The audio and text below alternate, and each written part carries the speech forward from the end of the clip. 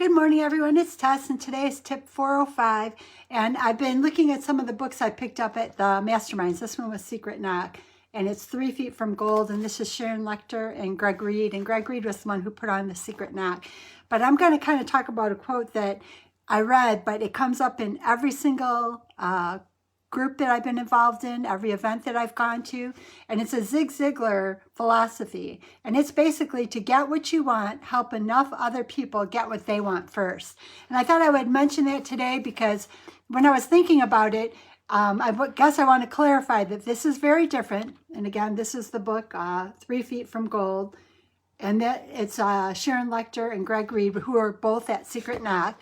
And the difference between helping people get what they want and telling people what to do, it's a very clear line.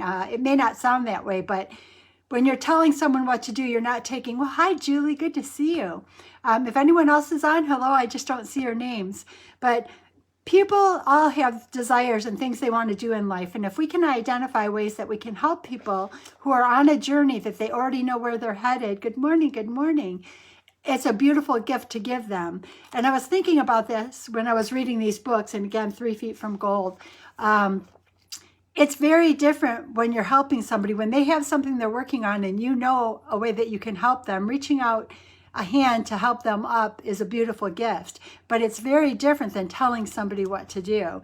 And I think I was talking about that in my last live, because I know even in my case, as the oldest grandchild, I was always told to keep everybody in line. Well, that doesn't always mean helping them get what they want. And I thought that was such an important thing to clarify, and something that Doc V talks about in his group, Chris talks about in his group. They were talking about it at Secret Knock. They were talking about it at Sundance. It's the best thing that you can do is that if you see something you can do for someone else, then do it. It's not telling them what to do. It's not telling them how to live their life. But if it's just a simple thing, I'll just say, when COVID first started, people were running out of toilet paper. If you can pick up toilet paper and leave it on somebody's doorstep, you've helped them out. That's a very, very simple thing. But if you know somebody and you can connect somebody, maybe somebody has always had a desire to meet a certain person, maybe you can connect them.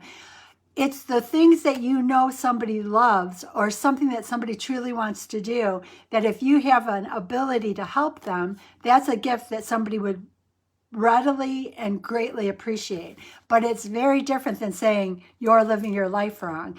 And I think that distinction was really important for me, because there were periods in time that I think there was no trust in believing that someone truly wanted to help you. And I can see, like, going back, why there were those periods of time. But I really love the beauty of these groups that I've been connecting with, because it is truly, purely from the heart that they genuinely want to help each other.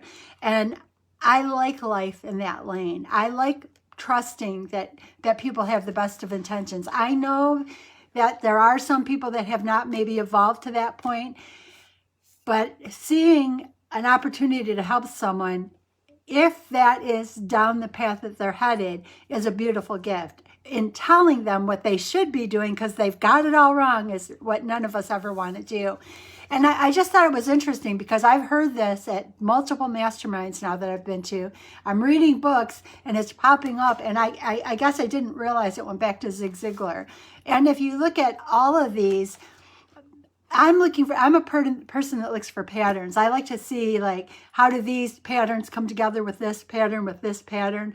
That's just my nature. Like puzzles, I like to put together puzzles, and how do these pieces fit together. But in knowing that, I have to recognize too that there are opportunities to truly help somebody get what they want. And that's very different than telling them what they should do. And I'm hoping that by all of us recognizing an opportunity to help somebody down the road that they want to go, that maybe we can make a little bit less depression, make a little bit more happiness, make a little bit more love and joy, live this life in a little better way. As we open up into what the next few years are going to be, for those of us in the Northern Hemisphere, it's spring. I would love to see us spring forward in a way that we truly have our hands out, helping each other up, not out, but up, and helping each other up to reach the goals that we all have internally inside of us, recognizing that what we think is best for someone else may not be. But if we're just there with our hand out when they tell us something they want, if we have the opportunity to help them along, it just makes it more beautiful.